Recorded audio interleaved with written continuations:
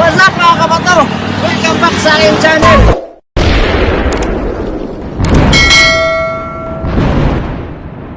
So what's up mga kabato, no? Magandang hapon sa ating lahat, no? Kumusta na kayo?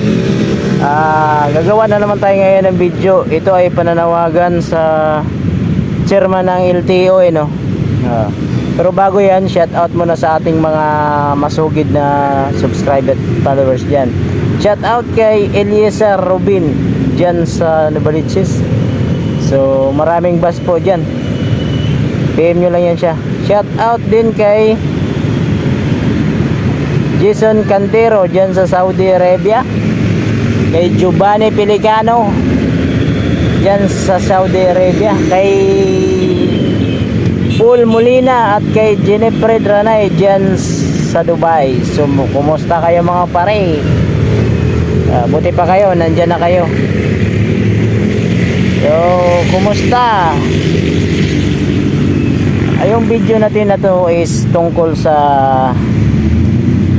pinapatupad ng chairman ng LTO ngayon. Pero bago natin umpisahan yan, tatanungin ko muna kayo kung mayroon ba ditong mga motor na kinuha noong 2019. So yun sa akin kasi 2019 ko siya kinuha. Hanggang ngayon wala pa pong plaka. 5 years na mga idol, mga kabato. So kaya gumawa ko ng video na to para mai-address natin doon sa chairman ng LTO, no? Mr. LTO chairman, baka hindi nyo po alam, yung mga plaka namin ng 2019 na motor hanggang ngayon hindi pa po na-release ng mga bataan mo o mga alagad mo na LTO dito sa NCR. O LTO, NCR, gumising na kayo. Ano ba kayo? Nasaan na yung plaka namin? Saka pwede ba, ito chairman ha, kaya ako ginawa itong video na to para magulantang ka, no, sa katotohanan, no? Pwede ba bago mo gawin yung batas mo, pwede mo bang gawin mo muna yung plaka namin? Kasi ganito yan mga kabato, no? Ngayon 2024 to, may batas na ginawa yung chairman ng LTO. Ito matindi to. No plate, no plaka, no rides. So yun. No plate, no rides. So mga bobo! effective. Hindi ko alam kung nalunsad na yan, no, na yun, na pirmahan na ng gobyerno yan, no? Pero sana hindi pa, kasi hanggang ngayon wala pa kaming plaka. So ano pong gagawin natin yan?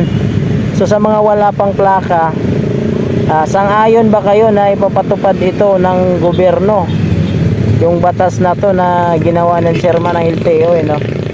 No plate, no rides. Paano gagawin natin sa motor natin? Sunugin na lang to, wala naman itong plaka. Saka dapat bago nyo ipatupad yung batas na yan, siguraduhin nyo yung mga plaka ng mga sasakyan na kinuha, na nirelease nyo, na rehistro nyo, ilalabas nyo yung plaka. Hindi yung maghihintay kami ng ilang taon na ngayon, no? Naunahan pa kami ng 2020, 2021, 2022, 2023, may mga plaka na. Pero kami wala. 2019 na. Ano nangyari sa inyo? Tapos bigla kayong magpapatupad ng batas. No plate, no rides. Ang gagawin namin sa motor namin? Ano? Palibasa kasi hindi kayo mahirap eh, mayayaman kayo eh, mayayabang kayo eh. Paano ko kaya kung sa inyo yan eh, ano, laging mga mahirap yung tinatamaan ng mga batas na ginawa nyo eh. Ba't di kayo gumawa ng batas na fair? Di ba? Paki-share ng video na to para umabot sa chairman ng LTO, ha. Chairman, mag-ayos-ayos ka. Gumawa ka ng batas ng patas sa mga mahihirap, hindi puro sa mga mayayaman lang. Hindi maganda yan, ha.